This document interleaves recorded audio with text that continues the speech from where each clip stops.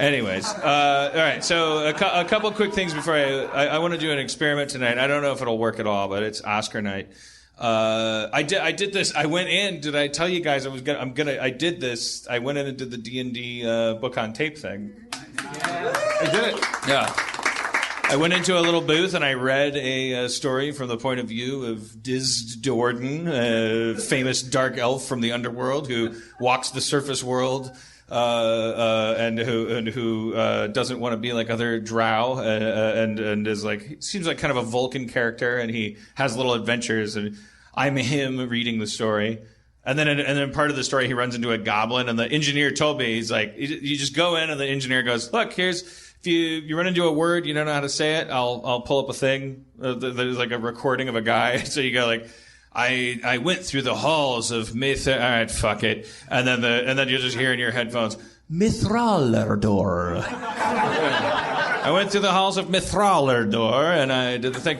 But then the guy also said, like, you might encounter a goblin or two. You don't have to get too fancy. I knew what he meant. I knew that Ice-T and David Duchovny probably fucking put too much mustard on it when they ran into a goblin. I knew what he meant. I was like, I don't want to do that. I can imagine David Duchovny like mustering a fucking goblin, but You mean David Duchovny, right? David Duchovny, motherfucking Novany. Who we still? I mean, maybe. Who knows? Can we get him over here? But Get Duchovny on Harmontown. But I just found myself naturally. I was reading the story and I was into the story and I was like, I pulled my bowstring back tight. The goblin looked at me, his leathery lips hissing in the white Middle Earth sun. Please, oh master! Like that's the voice I did. I did kind of a what are you gonna do? And the engineer was like, nice. He was into it, and I went through the whole thing. It was like 52 pages. I did it in a couple hours, probably $1.20, and he said I was the best.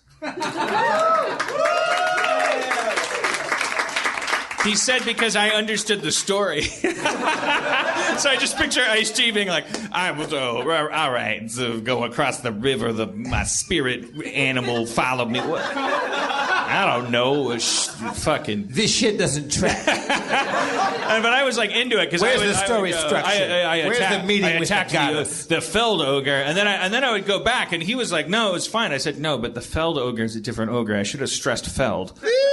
What was the Feld Ogre? I can see in my head. I know which ogre is where. So when you buy that story from Audible.com, what's the story called? I don't know. Days and Nights of a fucking Dark Elf. I don't know. The white Middle Earth sun. Is that... I don't know. It's this character Diz Do'Urden. He's like apparently the most written about D&D character. I don't know. And we talked about this. Like Will Wheaton and David Duchovny did all this shit. I feel like I'm doing a commercial now. Any chance that they would have to do pickups where you and Ice-T and Duchovny would be in the same booth? We all have to come in. Yeah. That would be the amazing thing if Ice-T would play some of the ogres or the farmers. Yeah, that's like, how you do hey, it. man, we're looking for these ogres. And I drew my bowstring back. Why are you drawing it back now? Because it's got a +2. Under normal conditions, or do you have to save versus ogre enchantment? Good point.